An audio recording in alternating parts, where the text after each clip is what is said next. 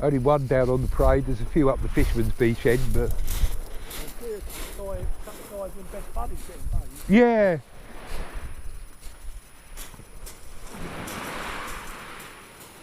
Yeah, they were getting paid, so... You know, us sea anglers, ever the optimist. Well, what I like is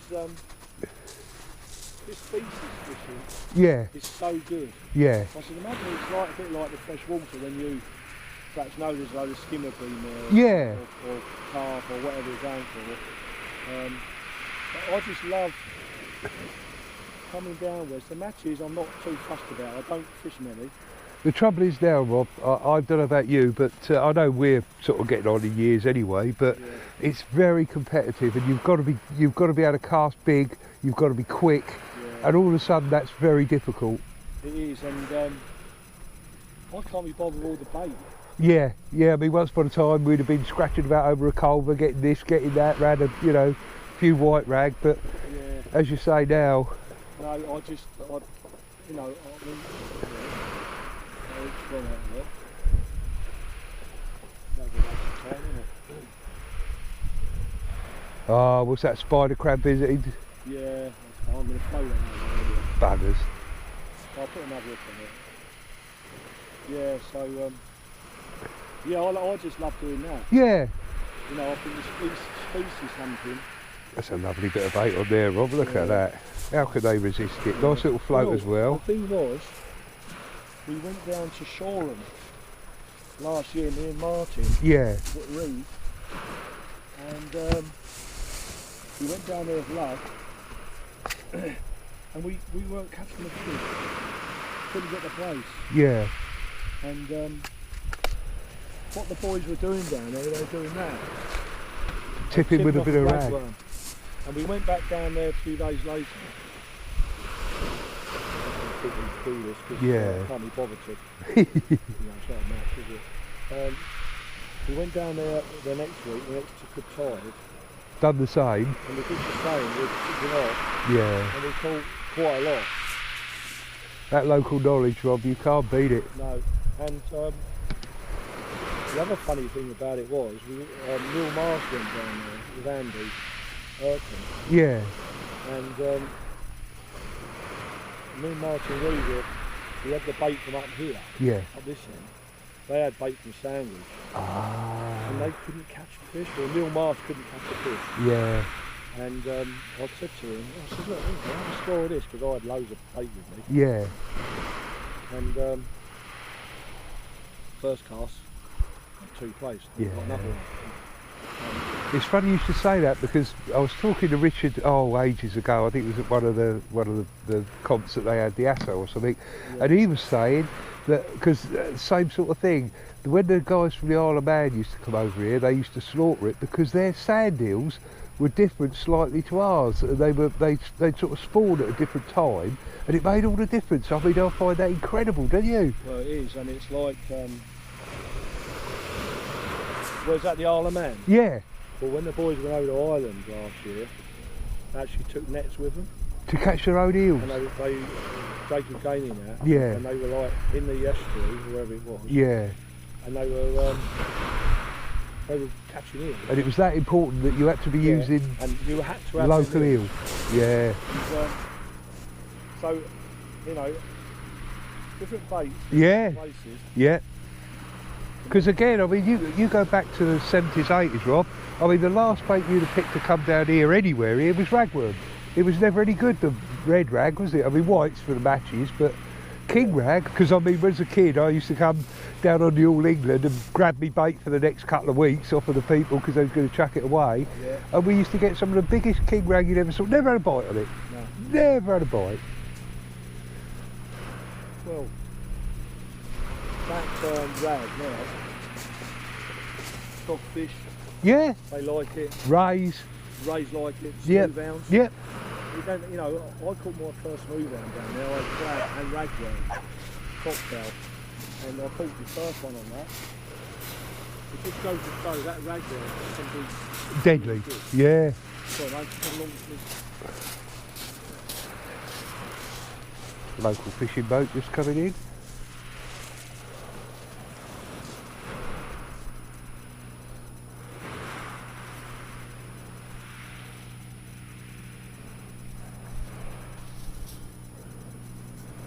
I won't try and follow the lead because you won't see it. That's a beautiful cast.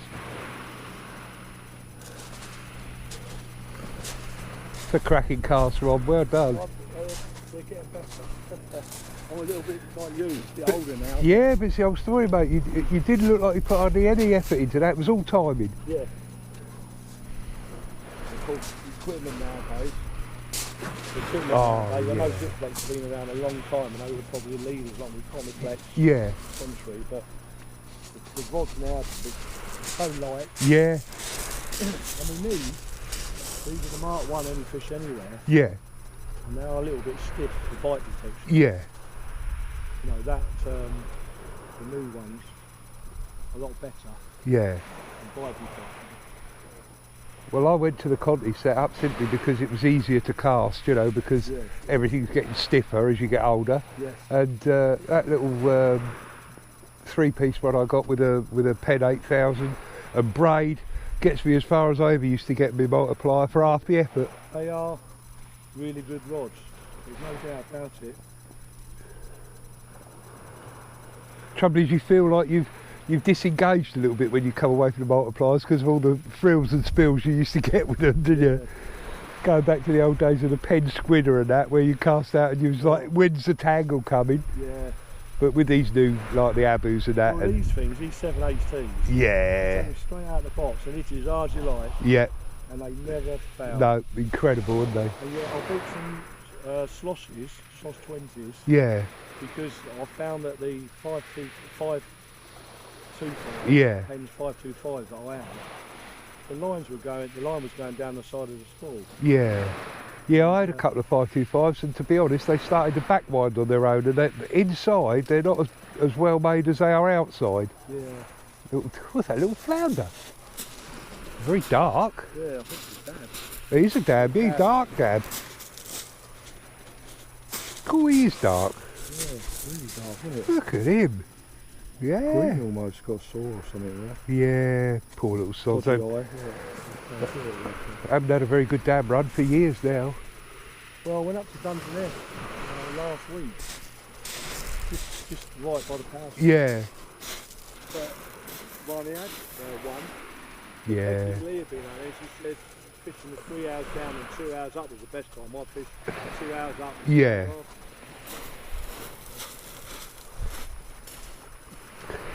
But when you think a couple of years back, Rob, the old World Dab Championship, 25 centimetre size limit, and they used to get them by the bucketful. You know. Well, the World Dab Championships up there, I mean, what's happening with that now? Yeah, they're trying to get someone to run it, but I mean, it's a... Are they? Yeah. It's a hell of a job. I mean, I'd love to see it start again because, you know, it was great for the RNLI, it was good for everybody, but it really takes up a lot of someone's time. Yeah. I mean, it's only through people like Mark Rogers, really. Yeah, they keep it all going. All these matches, Yeah. you know, there's a big charity one he's doing down at Hastings. I can't remember when it was April, I think. I'm going to go down to that. Yeah. It's a cancer thing. And he's doing a blackfish match at Here. Oh. Oh yeah, a couple of weeks' time. 1st of March. Yes, yeah. I'm going to do that. Yeah. I mean, again, it's like fishing for a species. Yes. I know it's blackfish. Yeah. Anything, but it's just a bait selection. Yeah. It's just easier. Yeah. A few of them old pinnock clams wouldn't go amiss, would they? I've got one. You got a few? Real stinkers? Yeah. Oh, lovely. Yeah, I always keep them. I used to go and get them myself, but I see. Oh, they're murder, aren't they?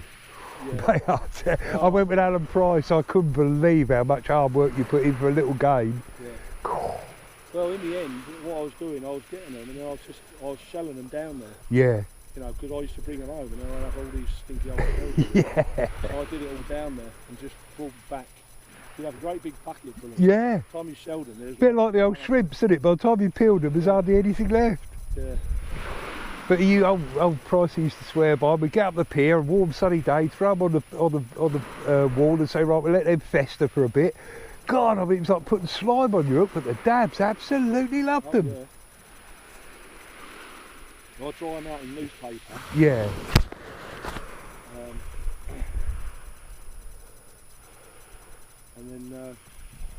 yeah, leave them out and all sorts. Yeah. I took them to work once. I got a load and took them to work. And of course it was in a heated Go on, I work. bet they love that. Yeah. But what happened was, I put them up, rolled them in newspaper, laid them all out in newspaper on the workbench, and went off out to work that night. Yeah. When I came back in the morning, they're all stuck, they were like crisps. Yeah.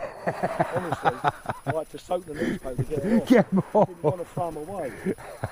But, yeah, they weren't really good. But I tell you what, the squid last year down here, I'm losing his head. Yeah, you got a bit of larynx. We had one night down in October where we caught squid down at Sandgate. Oh yeah, yeah. I tell you what, mate, they were beautiful. Yeah, me and Dave Coates had a go, I think that was last year or the year before, same place. It was packed, it was like the old days at bloody the Princess Parade when the Cobb were in, there was that many people there. Yeah. But we managed to get a couple each, and are they beautiful when they come out of the water, the colours. Oh, mate, I'll tell you what, a friend of mine, he was between Sandgate and Seabrook where them rocks are. Yeah? And they had a bucket full of them. Really? But they were like... Big uns. Big fish. Yeah. I had 20 that night. Did you? And it was just one night, it was like this, that night. Yeah. It was on a Wednesday, the moon was out. Everything